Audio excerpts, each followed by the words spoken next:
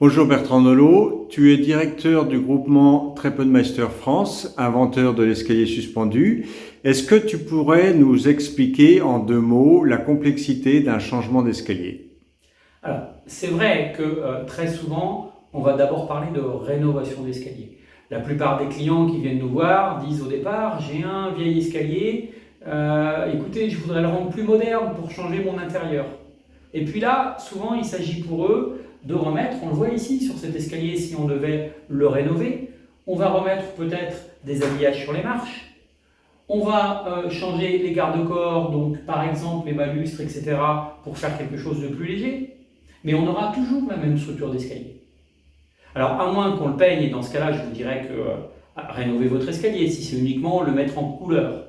Par contre, s'il s'agit, comme je viens de le dire, de changer les marches, enfin, ou en tout cas de les habiller, de refaire quelque chose sur le garde-corps, on a plutôt intérêt, dans la majeure partie des cas, à changer son escalier. On voit ici le résultat. Vous avez quelque chose de plus léger. Souvent, on va se dire, bah oui, mais c'est compliqué. Si je fais de l'analogie avec ce qui se passe dans la cuisine, changer sa cuisine, ça pose de problème à personne. Regardez ici, par rapport à une cuisine, bien évidemment, il faudra peut-être faire des rebouchages sur le mur. Bien évidemment, il faudra refaire de la peinture. Mais c'est uniquement ça. Et là, on n'a pas de point d'eau ou d'électricité, dans la plupart des cas, à déplacer.